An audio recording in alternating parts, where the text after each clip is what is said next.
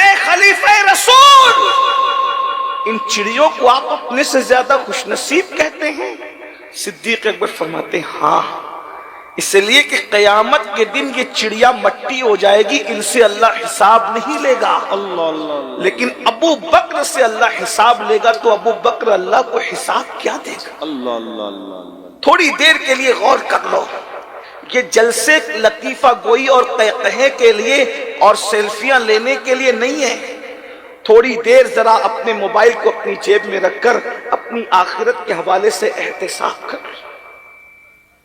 ہمارا ہم سنیوں کا تو ایمان یہ ہے کہ جس طرح جنت کا ہونا یقینی ہے، ویسے ابو بکر صدیق کا جنتی ہونا یقینی ہے۔ سبحان اللہ سبحان اللہ سبحان اللہ سبحان اللہ، بلکہ جنت پیچھے رہ گئی، مقام صدیق آگے ہو گیا۔ یہ کون پاگل لوگ ہیں جو صدیق اکبر کے جنتی ہونے پر بحث کرتے ہیں؟ ہم نے کہا جنت کو، صدیق کو جنت کی ضرورت نہیں ہے، بلکہ جنت کو صدیق اکبر کی تلاش۔ نعرہ تکبیر، نعرہ رسالت، مسلک اعلی حضرت، عظمت صحابہ کرام۔ اس کی وجہ یہ ہے کہ جب ماں کے قدموں میں جنت ہے تو رسول اللہ کے قدموں کا عالم کیا ہوگا؟ صدیق تو آج بھی نبی کے قدموں میں آرام کر رہے ہیں۔ اللہ اکبر! اندازہ فرمائے کتنے پاگل ہیں وہ لوگ جو اصحاب کہف کے کتے کو تو جنتی ماننے کے لیے تیار ہیں، اور صدیق اکبر کے جنتی ہونے پہ شکوک و شبہات کا شکار ہیں۔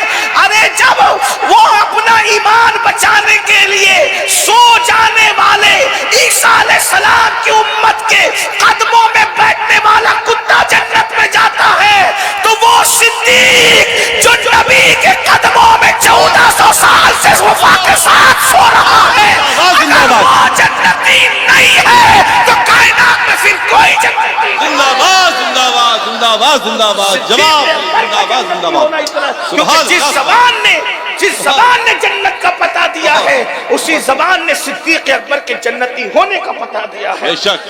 اور میرے امام تو کہتے ہیں اللہ اکبر، محبوب رب عرش ہے اس سبز قبہ میں، محبوب رب عرش ہے اس سبز قبہ میں، پہلو میں جلوہ گاہ عتیق و عمر کی ہے، اور سادین کا قران ہے، پہلو ماہ میں جھرمٹ کیے ہیں تارے، تجلی قمر کی ہے۔ میرے بھائیوں، جس کو نبی پاک نے جنت کی بشارت دی ہے، وہ صدیق اکبر کہتے ہیں قیامت میں اللہ مجھ سے جب سوال کرے گا، میں اللہ کو کیا جواب دوں گا؟ ذرا بتاؤ، جس کو رسول پاک جنت کی بشارت دے دیں، وہ کہتے ہیں میں اللہ کو کیا جواب دوں گا؟ ہمارے پاس جنتی ہونے کی سند کیا ہے؟ بہت معذرت کے ساتھ آپ لوگ ناراض ہوتے ہیں کہ یہ بات کیسے کہی جا رہی ہے۔ میرے بھائیوں، آپ آنکھیں کھولو، یہ فریب میں مت رہو۔